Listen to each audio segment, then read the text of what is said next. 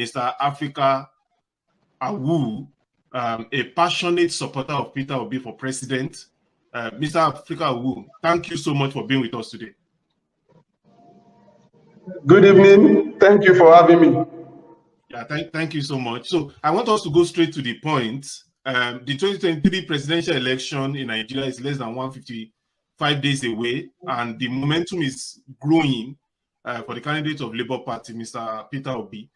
But I want to ask you, will this be enough to put a surprise victory for him in 2023 presidential election, considering the fact that some people have said that it's just a social media sensation? Some people have said that he doesn't have structure. What is your opinion? What is your view, assessment of his chances to win that election? Oh, thank you once again for having me. I'm at the Secretariat, Ojo Labour Party Ojo Secretariat in Lagos State, Nigeria. That's where I am presently. As you can see from my behind, that we have the Labour Party logo here. That's to tell you that we are not just social media supporters, but also we are on ground to work for Labour Party. Now, to your question, the momentum is actually a very good one to bring about a surprise victory for our presidential candidate.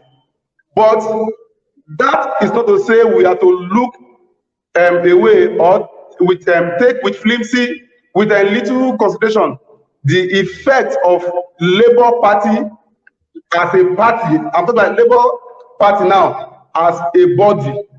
Are we together? Yes. Building momentum is one thing. Having the needed structure on ground is another thing. The momentum is a very good one to bring about any kind of surprise. But there is a need for Labour Party in Nigeria to cross their T's and dot their I at world level, zone level, state level, and the national level, if they actually want to complement the momentum of Mr. Peter Obi as regards the youth supporting him. That's it. Okay, so now as the September 28th flag off date for presidential campaign approaches, just a few days away, do you think the Labour Party has enough time to put this structure that you are talking about in place?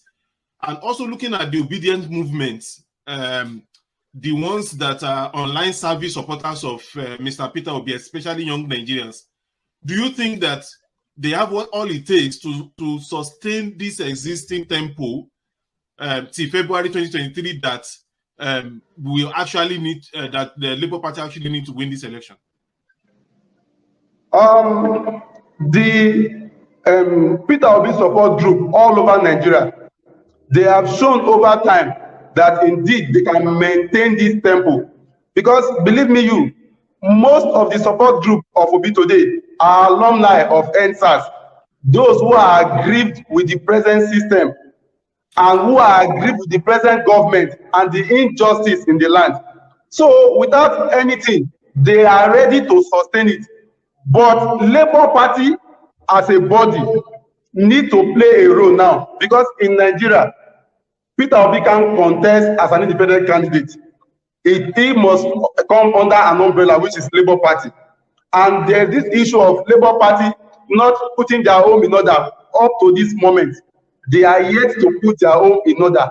If they can do this, believe me, no candidate can defeat Peter Obi come 2023 election, because the momentum is there. All we just need is little crossing of the T's, dotting of the I's, and making things work to complement each other.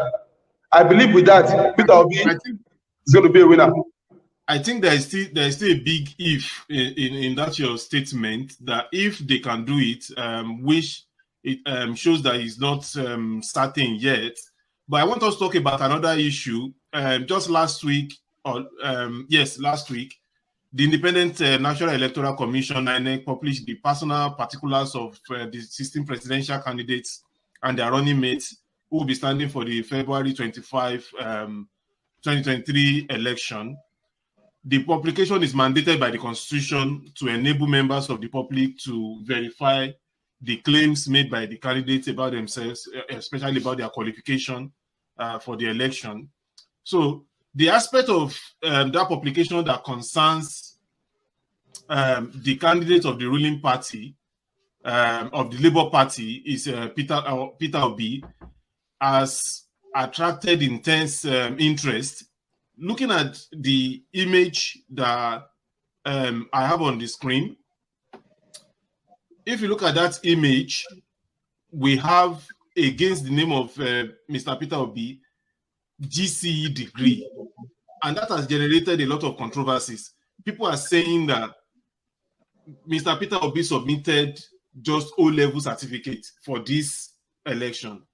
Later on, his BSc certificate also surfaced online. Some people are saying that, look, the date that this thing was signed was on Saturday, so this is fake. It's a fake certificate. Some people are saying that he graduated with second class lower. So there are a lot of controversies that is ongoing right now concerning this certificate issue of the candidate of Labour Party. So what is your take on all these controversies? And do you think that these controversies will affect the support base or the growing chances of Peter Obi in this election? There is a saying, there is a political saying that there is no bad publicity when it comes to politics. There is no bad publicity when it comes to politics. So I believe all these are just publicity for Mr. Peter Obi. Why do I say this? The GCE results that initially went viral online, that was alleged to be that of Mr. Peter Obi, if you run a check on it, happens to be the result of Mr. Shogore, the one he initially posted some time ago that he was making fun with online. That was the one they edited the name and placed the name of Mr. Peter Obi on it. So that one was the one for 1986, after when Mr. Peter Obi had gotten his degree already. Now, come to talk about the issue of GCE degree. If you look at the list you displayed, under it we have that of Yusuf Dati. We have GCE PhD on his own. While that of Peter Obi, we have GCE degree. What this simply means is that he submitted his GCE and also have a degree. Just the way Mr. Yusuf Dati is having GCE and is having PhD. PhD simply means that he already has BSc or whatever BA, he is having masters. That the highest is the PhD. That's why it is written the lowest being GCE, the highest being PhD. That of Mr. Peter Obi is having GCE, while the highest being degree. You see, all these political hallelujah boys for APC, to be precise, not even PDP, APC, they are the ones going about saying all sorts of things that even the BSc certificate was signed on Saturday. I have seen several results from that same school that was signed on Saturday as well. UNN is in Nigeria, for crying out loud. It's not in any other continent. They can just take a stroll to UNN and ask questions. Let them go there and verify. We are talking about a former bank chairman in Nigeria, a former bank chairman, a former governor, 8 years governor. And now they are, see, this is not Mr. Agbado that submitted something in 1999. If you are talking about former bank governor, former governor in Nigeria, in Anambra State, the supporters of APC will also say Peter Tinubu was former governor of Lagos State for 8 years, and also he has top management position in Can I chip in something? Company. So there was the argument about his own, the argument of some people about his the controversies around his O level doesn't make sense. If the difference, the difference between Peter Obi and Tinubu is this: the same results submitted while he was a governor are the same result he submitted now. Tinubu's case, he submitted certain results while vying for governorship election. That same result he submitted then, he couldn't submit it now because those results have been verified and they've been discovered to be false. So you can't compare that of Obi to Tinubu. The same result will be submitted while contesting for governor are the result he has presented now. In Tinubu's case, the ones he presented while vying for governorship election in Lagos State, he couldn't drop those names now because they've been verified. So if anyone is thinking that Mr. Peter Obi is having anything to hide, let them also verify. If he is wrong, I will come out here and criticize him myself. There's nothing to hide here. I'm not being paid to support him. I'm supporting him out of patriotism. So I don't see anything inside him. But if they can prove me wrong, I will go with them, yes, because I will not support someone with a fraudulent certificate. No. I will not support something like that. I think it's important that as the election is approaching, we fact checks some of the claims of these candidates. So let me announce that we will also bring a supporter of Mr. Tinubu to come and talk about the controversies surrounding his own certificate, because I believe that we should encourage young people to fact check claims made by elected officials and also people that are seeking political office in Nigeria. I think that is an important ingredient of democracy. So let me say that people can also drop their comments in the comment section of this. Let me ask you the last question, which I think is very, very important as well. To win the election, as you have rightly said that Peter Obi has a chance to win, Peter Obi needs the support of voters from the northern regions of Nigeria, especially states like Kano, like Kaduna, like Katsina, where President Muhammadu Buhari come from. Because these states turn in the highest votes in virtually all Nigerian presidential elections. So, but there are people that have said that Peter Obi will not get votes in the north. And there are fears that the north will not vote for Peter Obi. So what is your assessment? What is your take on this? Do you think that these fears are real? And it might be because Peter Obi not getting votes from the north. That might be the reason he will not win the election. Thank you once again. You see, if we are to look at antecedents, we can say that the north may not vote for Peter Obi. But if we are to look at the reality of today, I can tell you categorically that the north will vote for Peter Obi. Who are the northerners?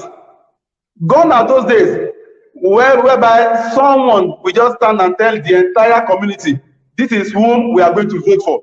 That time has far gone. We are no longer in that era where somebody will sit down and tell you that my entire village people will vote for so person and they will not vote for so person. Take for instance the issue of insecurity. Who is the president of Nigeria today? Is a northerner. Who are those being affected the most by insecurity? Northerners. When you talk about poverty, northerners themselves, the youth in the north, they are also tired. Just the way the southern youth are tired of their political gladiators, the youth in the north are also tired of their political gladiators. And that is why they've taken it upon themselves, even without giving them shishi. They've been going about giving 1 million man march for Peter Obi, so much for Peter Obi, just also solidarity that we are also for you. We can see, we can think, and we can also reason. If they think that they can manipulate the way they did in 2015, where they begin to have 1.9 million from Kano without a single, and the 1.9 voted for APC, that era is far gone. It's not going to work this time around. Who are the northerners? See, Obi don't need all the votes in the north. One person is contesting, is also a northerner. Atiku is a northerner. The VP to Tinubu is a northerner. The VP to Peter Obi is also a northerner. Now, take this, for example, Atiku is the strongest force in the north, followed by Kwankwaso, followed by Shetima, then followed by Dati. The youth will go for Dati. Then the conventional voters will be shared among the other three. Although Atiku may come out on top. But believe me, you, Southeast and South, they are gone already for Peter Obi. Come down to the west here, Southwest. It is not business as usual. Tinubu cannot eat his chest that they are going to win Southwest. In fact, majority of the people in Southwest are so civilized to the extent that voting, the way they vote, does not even determine whether this person is from my tribe or not. So there's an advantage already. We have 6 geopolitical zones. 2 are already in the box for Peter Obi. All he needs is certain percentage across board to become the president of Nigeria. I believe with that, Peter Obi is going to bring up a very good surprise, and there will be a shock in Nigeria after 2023 election. Thank you very, very much, Mr. Africaawhuu, for sharing your thoughts with us, for honoring our invitation.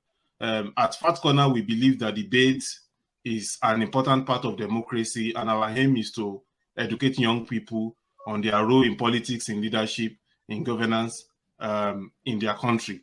Thank you very much, and let me say that we'll come back again to invite you when the campaign starts properly, and to come and react to some of the issues that will come up in the campaign. Thank you very much.